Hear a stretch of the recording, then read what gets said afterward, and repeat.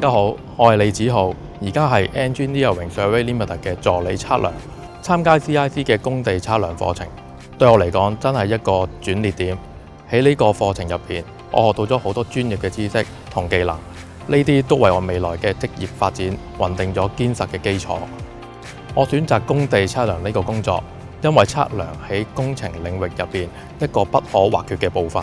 呢份工作需要精準、細心同耐心，同我個人性格非常吻合。我相信呢份工作可以俾我充分發揮所長。我希望可以成為一名專業嘅工地測量員，並喺呢個領域不斷提升自己嘅技術能力，將學到嘅知識同技術應用喺未來嘅測量工作上。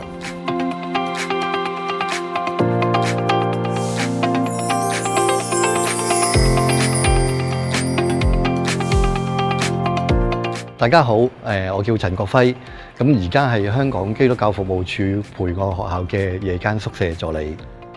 我本來係做旅遊業嘅，咁因為疫情嘅嚟臨啦，咁為咗生計，我決定轉行啦。喺再培訓嘅課程裏邊，我獲得咗好多嘅啟發。我明白到照顧弱佬咧，睇落好似簡單，但係咧中間係需要大量嘅專業知識啦、技能啦，同埋一啲好特別嘅心理質素嘅。喺我仔仔幼稚園嘅時候咧，我學識咗一句説話，叫做非以役人，乃役於人。護理行業咧又可以幫到人啦，又可以發揮自己所長啦，仲可以有一個穩定嘅收入啦，咁係一個幾好嘅選擇嚟嘅。完成咗保健員課程同埋殘疾人士保健員課程之後咧，我仲修讀咗烏都語啦同埋 AI 嘅課程。我而家好主要咧就係協助一啲同學仔嘅生理上面嘅需要啦。咁選擇咗同佢哋同行，我希望除咗照顧到佢哋嘅身體嘅需要之外啦，亦都好希望咧喺精神上面咧可以多出一分力嘅。無論佢哋嘅面對咩困難都好啦，佢哋都好值得擁有一份美好嘅人生。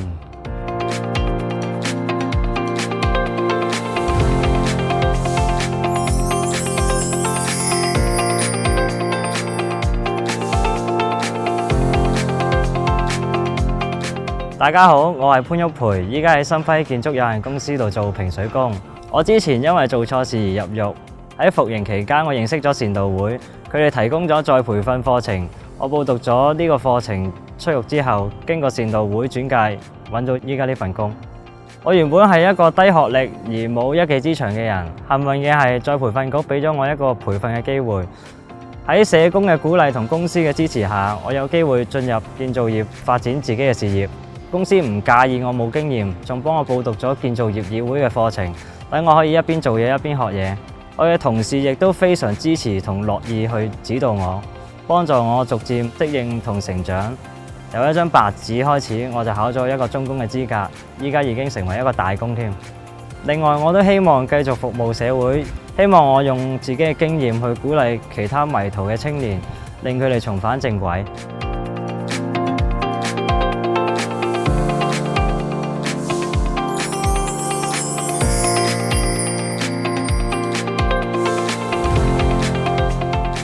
大家好，我係謝志永，我而家喺港燈發電科電機維修組任職見習技術員。我本來從事泳池管理工作超過20多年，一場嘅世紀疫情，好多人嘅生活帶來翻天覆地嘅改變。泳池長期嘅關閉，工作變得唔穩定，所以喺個時間我就開始諗自己未來嘅出路。我自小對電機工作好有興趣。2年前，我睇到僱員再培訓局同港燈合辦見習技術員嘅課程，我就好似睇到圓夢嘅希望。ERB 嘅課程主要係教授有關電機工程嘅操作知識、實務技能同埋安全事項。完成呢個課程之後，我就順利入職港燈，喺南丫發電廠接受一個為期3年嘅在職培訓，邊學邊做。另外，公司有為同事提供學士學位課程嘅資助。我而家喺香港理工大學修讀電機工程學士嘅課程，希望學到更加多嘅專業知識，不斷增值自己，為社會出一分力。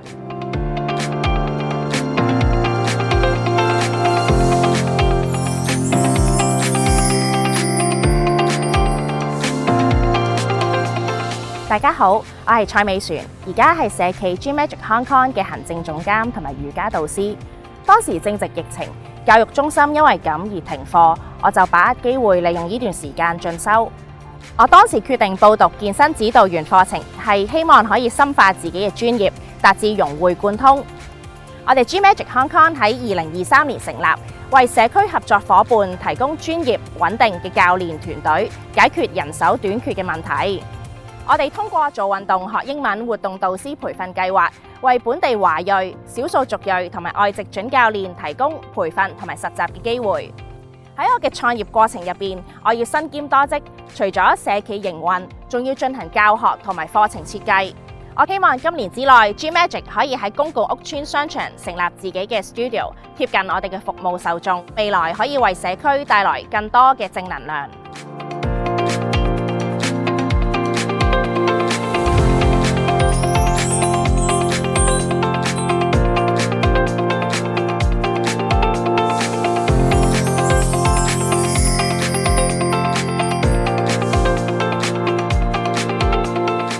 大家好，我係鍾曉瑩。中學畢業之後，我對於自己嘅前景覺得好迷茫。後來有個參加過學徒訓練嘅朋友推介我試下。我了解過電機行業同學徒訓練嘅背景之後，我覺得前景非常之好，所以決定參加。學徒訓練入面最難忘嘅一定係第一次爬上電線筒。我本身有啲畏高，我好記得嗰日仲要係落緊雨，增加咗工作嘅難度。但經過呢次之後，我更加深刻體會到團隊合作嘅重要性，因為有一班同伴嘅幫忙，我先可以順利完成到工作。我參加學徒訓練嘅過程入面，受到好多人嘅質疑，覺得女仔喺工程行業嘅能力唔及男仔。透過我自己嘅經歷，我希望俾其他人知道，唔好俾任何事情限制住自己。完成學徒計劃之後，我喺公餘嘅時間報讀高級文憑課程，而家我朝住女工程師嘅目標進發。希望將來可以為香港電力行業系統嘅發展出一分力。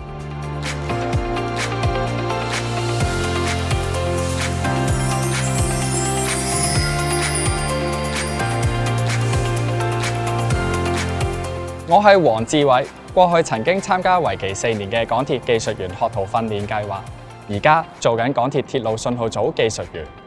學徒計劃為我提供咗有系統性嘅在職訓練，令我接觸到實際工作環境中嘅各種挑戰。我學識咗點樣針對唔同嘅問題進行分析同提出解決方案，仲加強咗自己對細節嘅關注同喺壓力下嘅能力。我嘅目標係成為一名優秀嘅工程師，為公司發展貢獻自己嘅力量。為咗達成呢個目標，我報讀咗學士學位課程，去進一步提升自己嘅競爭力。我會特別推薦呢個計劃俾有意早日投身社會嘅人。學徒計劃可以同時滿足工作經驗同學術知識，提升個人嘅競爭力。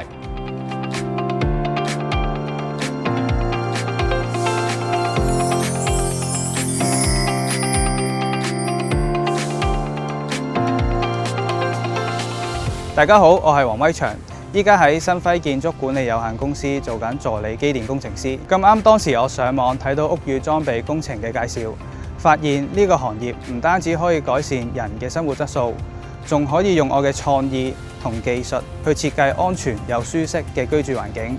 於是我就決定選擇屋宇裝備呢一行，仲報名參加咗學徒訓練。學徒訓練令我獲得咗好多實踐技能，令我可以將理論知識應用喺實際嘅工作入邊。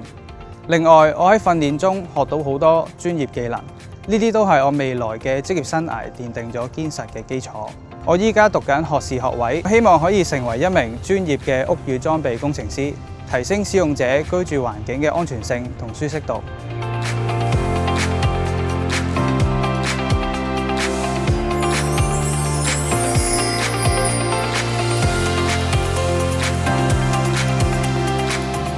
我叫翁子雄，我而家喺香港電燈有限公司嗰度做緊助理技術員。我一直對電力系統同機械運作好有興趣。聽聞香港電燈有限公司有個學徒訓練計劃，可以俾機會我實踐同有完整嘅培訓課程，所以就決定投身電機工程呢個行業。喺學徒訓練期間，我發現理論同實踐結合真係好重要。有一次，我嘅團隊要幫高壓設備做定期保養，要喺好短嘅時間裏面完成檢查同測試。好彩成個團隊都合作得好好，每個人都清楚自己嘅崗位，最終成功喺限期前完成，確保電力供應冇受影響。呢件事令我明白到周全準備、良好溝通都好重要，亦都激發咗我更加努力去提升自己嘅專業能力。我嘅目標係成為一位專業嘅工程師，希望未來可以帶領團隊參與更加多嘅項目。